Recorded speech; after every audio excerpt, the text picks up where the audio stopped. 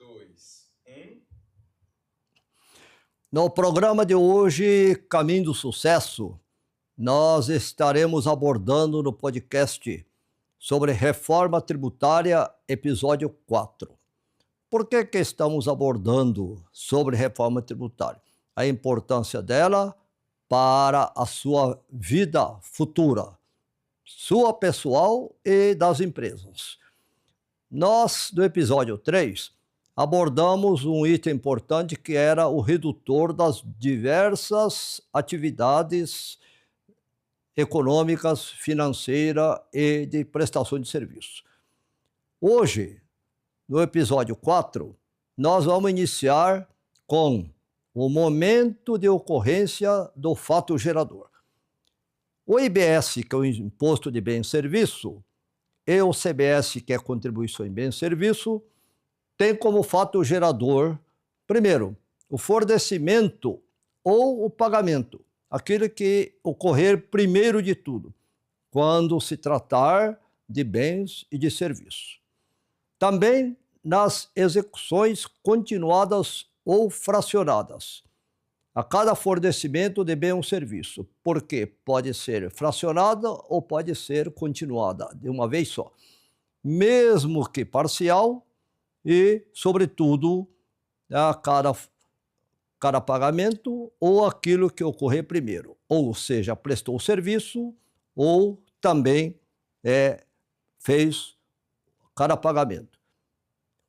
Considera-se também devido o pagamento quando com água tratada, saneamento, gás encanado, serviços de comunicação e energia elétrica, inclusive geração, também transmissão, distribuição, comercialização e fornecimento ao consumidor final. Isto porque na geração de energia elétrica, normalmente o produto é a energia elétrica que é transmitido para uma torre, e desta torre é feita, além da geração, ele é transmitido e é distribuído. Mas também nós temos no caso da execução continuada ou fracionada, em que não será possível identificar o momento da entrega ou da disponibilização deste bem, ou também da conclusão da prestação de serviço. Ainda no momento da ocorrência do fato gerador, nós temos que, no inciso 1 do caput do artigo 10, o que considera-se fornecimento? O fornecimento será em que momento? Número 1, ou letra A, no início do transporte de serviço de transporte iniciado no país. Neste caso, uma transportadora vai iniciar a prestação de serviço, ele é iniciando o seu percurso no país. Mas também esse transporte poderá se iniciar no exterior. Então, quando terminar esse transporte, desde que iniciado no exterior esse serviço. Também do término da prestação no caso dos demais tipos de serviços, em geral, não é somente de transporte aí nesse caso. Também, quando o bem que foi encontrado está sem documentação fiscal idônea. Também na aquisição de bem em licitação que é promovida pelo poder público ou em asta pública. Neste caso, nós temos também o que vai ocorrer no fato gerador.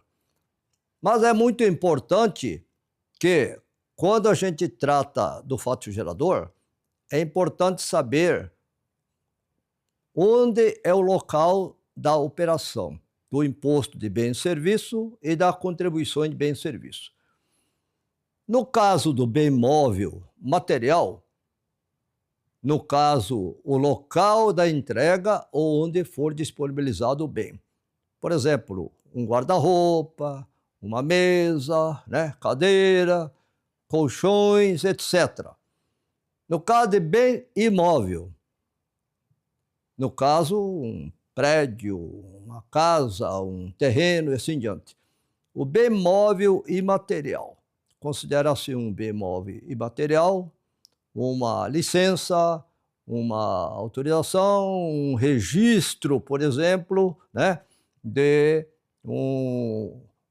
no caso de um registro de patente, por exemplo, né? Inclusive direitos relacionado também a um bem imóvel e serviço prestado sobre bem imóvel, o local onde o imóvel estiver situado. Serviço prestado fisicamente sobre a pessoa física ou fruído presencialmente por pessoa física, o local da prestação de serviço é considerado o local da operação desses tributos. Quando houver o serviço de planejamento, de organização, administração de feiras, exposições, congressos, espetáculos, exibições e congêneres, neste caso, nós teremos como local de evento o local desse evento onde vai se prestar esse tipo de serviço. Então, por exemplo, uma feira, uma exposição agropecuária, aonde estiver ocorrendo este evento, que é considerado o local do evento para fins de tributação desse imposto. Ainda serviço sobre bem móvel material. É o local onde é prestado o serviço. O serviço de transporte de passageiros. Neste caso, o local onde inicia o transporte. Isso aqui, por exemplo, seria uma empresa de ônibus, uma empresa de passageiros de turismo, uma empresa que vai transportar alunos, por exemplo, né? Serviço de transporte de carga, também onde vai iniciar ou a viagem ou onde é disponibilizado o bem. Onde que é disponibilizado o bem? Aonde é entregue esta mercadoria. Ainda nós temos que, local da operação do IBS e do CBS, temos o caso de serviço de exploração de rodovia, mediante cobrança de pedágio, preço. Aonde que seria? Primeiro, território de cada município, estado ou Distrito Federal e proporcional à extensão da rodovia explorada. Este caso é interessante porque se em um posto de pedágio se cobrar um valor X e o próximo pedágio estiver a 3 ou 4 municípios após, terá que haver uma proporcionalidade de quilômetros que cada município ocupou naquela rodovia. A mesma coisa é em relação ao estado. Se, por exemplo, se cobrou um pedágio perto da divisa de um estado e aquela rodovia entrou em outro estado e até o próximo pedágio, vamos imaginar que tenha ocorrido 100 ou 150 quilômetros, terá que haver uma proporcionalidade de quantos quilômetros se percorreu em cada estado. No caso do serviço de comunicação, com transmissão por meio físico, será o local onde haverá a recepção desse serviço de comunicação. Ainda demais serviço e outros bens móveis e imateriais, inclusive direitos, é o local do domicílio principal do destinatário. Nós temos ainda que agora, depois que verificamos o momento e o local do fato gerador, analisar um item fundamental. Ocorreu o fato gerador. Nós temos que analisar agora a questão da base de cálculo. A base de cálculo é um elemento essencial para nós chegarmos ao valor do tributo que será cobrado. A base de cálculo do IBS e CBS é o valor da operação, salvo disposição em contrário que tiver previsto nesta lei complementar. O valor da operação entende-se como o quê?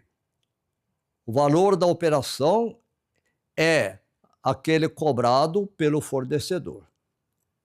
Adicionado ainda a quê? Além do valor que foi cobrado pelo fornecedor, seja pelo bem ou seja pelo serviço, ainda tem que se acrescer os acréscimos pelo ajuste do valor da operação. Tem muitas operações que não dá para saber exatamente o valor no momento que o fornecedor vai proferir esse tipo de atividade. Aí, nesse ajuste, terá que acrescer também. Se tiver multa, juro ou acréscimos em encargos previstos quando se contratou também essa atividade, também ele é acrescido para poder cobrar o tributo. Os descontos concedidos sob condição já é uma redução, é um redutor. No caso, concedido sob condição, ou seja, também. O valor do transporte cobrado como parte do valor da operação, seja o transporte efetuado pelo fornecedor ou por sua conta e ordem. Ou seja, também, se for cobrado o frete, vamos dizer que uma mercadoria foi vendida por R$100. Cobrou-se mais R$20 de frete. Então, esse 20 é acrescido aos 100 e, nesse caso, será cobrado pelo montante, pela soma de 100 mais os 20. Ainda nós temos que, entende-se, é cobrado pelo fornecedor ainda, tributos e preços públicos, inclusive tarifas sobre a operação ou que seja suportado pelo fornecedor.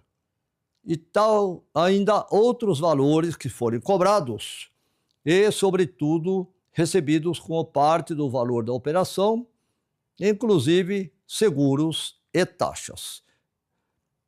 Agora nós temos, até agora nós falamos que o que vai integrar a base de cálculo.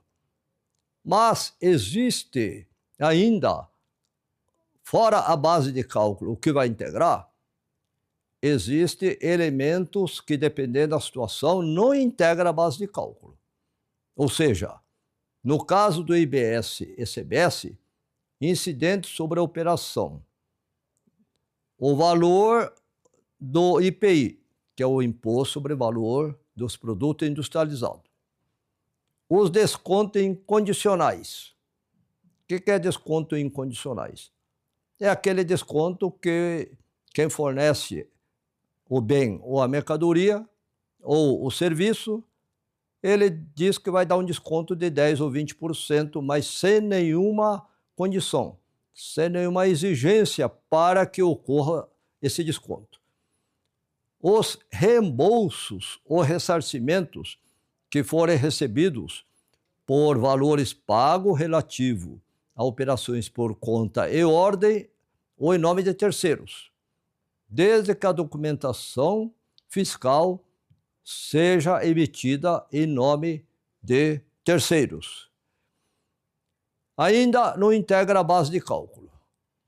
De 1º de janeiro de 2026 até 31 de dezembro de 2032, o montante incidente nos tributos a que se refere os artigos 155, inciso 2, 156, inciso 3 e 195, inciso 1, da linha B e inciso 4 da Constituição da Contribuição ao PIS, Programa de Integração Social, do artigo 239 da Constituição Federal.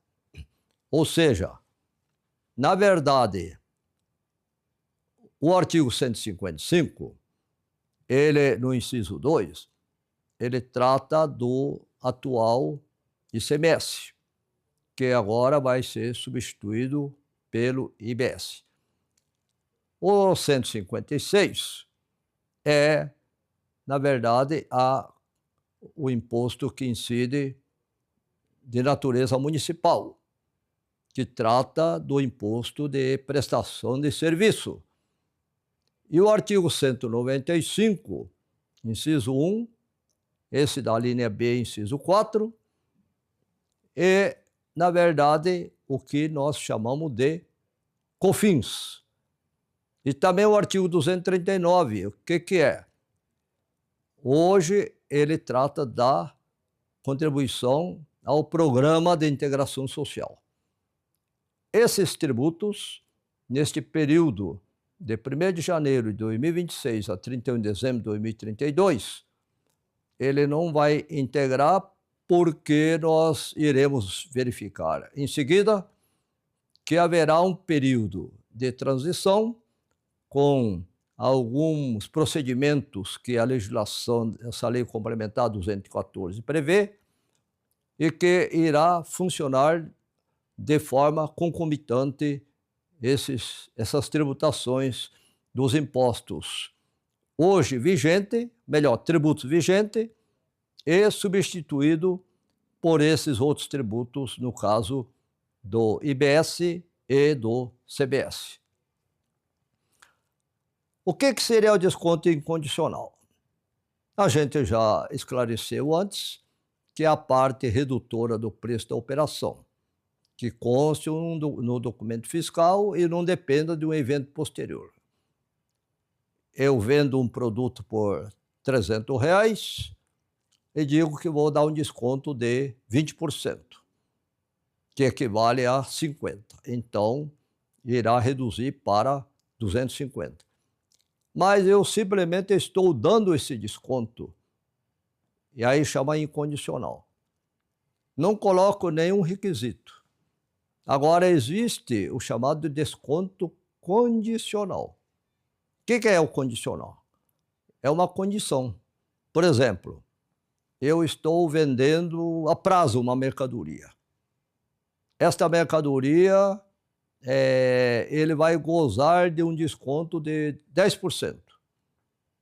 Como é a prazo, se ele é um prazo de 90 dias, por exemplo, ou 120, aí eu coloco que será dado um desconto de 10% se ele pagar em 30 dias ou 15 dias do faturamento. Aí, se ele pagar nesse prazo, ele comprou uma mercadoria, por exemplo, de 300, se ele vai gozar 10% de desconto, ele poderá pagar 270, ter 30 de redução, desde que pague neste prazo. Agora, se ele pagar no prazo firmado quando do fornecedor para o adquirente, que seria, por exemplo, com vencimento em 90 dias, ele vai pagar os 300.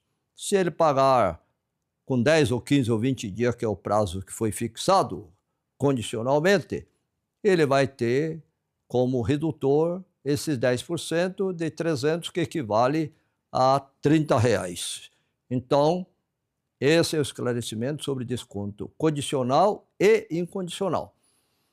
Vamos aqui verificar agora os casos especiais. Nós temos casos especiais que devem ser analisados para chegar na base de cálculo. A base de cálculo será o valor de mercado na seguinte hipótese. 1. A falta do valor da operação ou sem determinação. Vamos dizer que o fisco encontre uma operação em que lá não está disposto o valor da transação, o valor da operação, e não está determinado. Neste caso, terá que se apurar qual é o valor de mercado deste tipo de operação. O outro caso é a operação que não é representado em dinheiro ou moeda. Vamos dizer que diga lá que está sendo feita uma operação, uma venda ou uma prestação de serviço, né? E lá não fale qual é o valor que ele deve pagar. em que moeda que vai pagar também. Normalmente tem que ser na moeda do país, mas se for em moeda estrangeira, tem que haver a forma de conversão. Mas vamos dizer que não diga, traduzindo na nossa moeda, o pagamento ou à vista ou a prazo, qual seria, somente diz que vai ocorrer essa operação. Também a operação entre partes relacionadas, que são as definidas pela legislação, de preço de transferência no âmbito do imposto de renda. Muitas vezes é feito o preço de transferência de mercadorias e, no caso, também não tem um valor definido. Nesse caso, também será o valor de mercado que for atribuído para esse tipo de operação. Também, caso a operação esteja expressa em moeda estrangeira, como já disse, será pela taxa de câmbio do Banco Central, conforme os regulamentos que disciplinam esta matéria. Caso o contribuinte contrate instrumentos financeiros derivativos fora de condições de mercado e haja ocultação parcial total do valor da operação, o ganho no derivativo comporá a base de cálculo do IBS e do CBS. Isto aí porque, muitas vezes, está omisso, está, na verdade, oculto, totalmente ou parcialmente. Aí, nesse caso, o ganho que tiver nesta operação, no derivativo, vai compor a base de cálculo. A base de cálculo de devolução do bem ou cancelamento. Muitas vezes as mercadorias são devolvidas e por um motivo ou outro, ou há uma impropriedade na mercadoria, um defeito, um problema qualquer. Ou também é cancelado essa operação. Então, aí qual é o valor? A base de cálculo vai ser o próprio valor da operação original. Ainda nós temos que falar aqui sobre arbitramento. Por que se faz um arbitramento? São as mais diversas situações de arbitramento por conta da administração tributária. A administração tributária, no caso, são as entidades públicas, federal, estadual, municipal, do Distrito Federal, que tem a responsabilidade de fiscalizar, de zelar, de arrecadar, de tributar, enfim, de administrar o tributo em si. E nesse caso, poderá ocorrer o arbitramento? Sim. O primeiro caso é quando não é exibida a fiscalização elementos que comprove o valor da operação, seja por quais motivos que forem alegados. Quando a operação for realizada sem emissão de documento fiscal, ou estiver acobertado por um documento falso ou que seja inidôneo.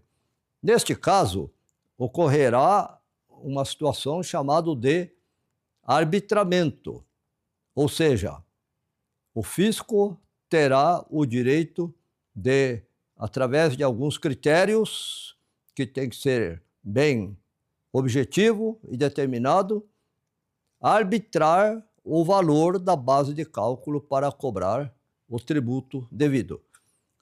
Também, quando for declarado no documento fiscal, um valor que é inferior ao valor de mercado da operação. Muitas vezes, uma mercadoria que custa, um exemplo, R$100, está declarada por 50, por 30, por 20. Mas no mercado, em nenhum lugar existe aquela mercadoria com aquelas características por 20 ou 30 reais. O valor menor que existe é de 100 ou 120 ou 130. E aí o fisco encontra um documento fiscal. Existe o documento? Existe. Mas o valor que está declarado é infinitamente inferior ao valor de mercado da operação. Também, no outro caso, nas hipóteses que forem omissos, conflitantes ou não mereça fé as informações, declarações ou os documentos apresentados pelo sujeito passivo ou terceiro legalmente constituído.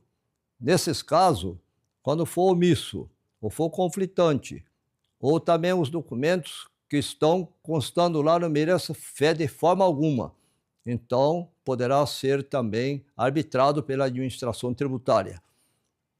Aí, nesse caso, verificar-se-á qual é o valor do mercado bem e serviço. E se não for possível identificar o valor de mercado, será usado o custo dos bens ou serviços, acrescido das despesas indispensáveis à manutenção da atividade do sujeito passivo, ou ainda do lucro bruto apurado na escrita contábil ou fiscal. Nesse caso, é preciso fazer uma espécie de uma auditoria.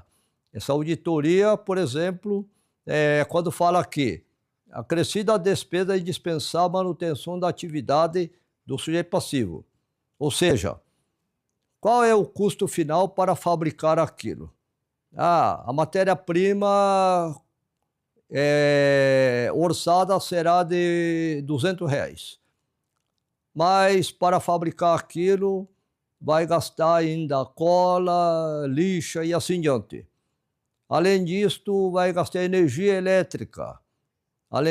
Além disso aí, vai ter a despesa de aluguel, vai ter a despesa de seguro para fabricar esse equipamento, esse material. Tudo isso tem que ser adicionado para chegar a um determinado número. E sobre isto aí, ainda a administração tributária poderá apropriar uma margem mínima de lucro, que ele vai pegar os balancetes, o balanço de um período anterior, e sobre essa margem de lucro, ele vai acrescer em cima do custo final para fabricar ou prestar aquele serviço. E sobre esse valor, ele poderá arbitrar, através da administração tributária, qual é a base de cálculo para ele cobrar esse tributo. No último caso, pelo valor fixado pelo órgão competente, pelo preço final a consumidor sugerido pelo fabricante ou importador, ou ainda por preço divulgado ou fornecido pelas entidades representativas dos respectivos setores.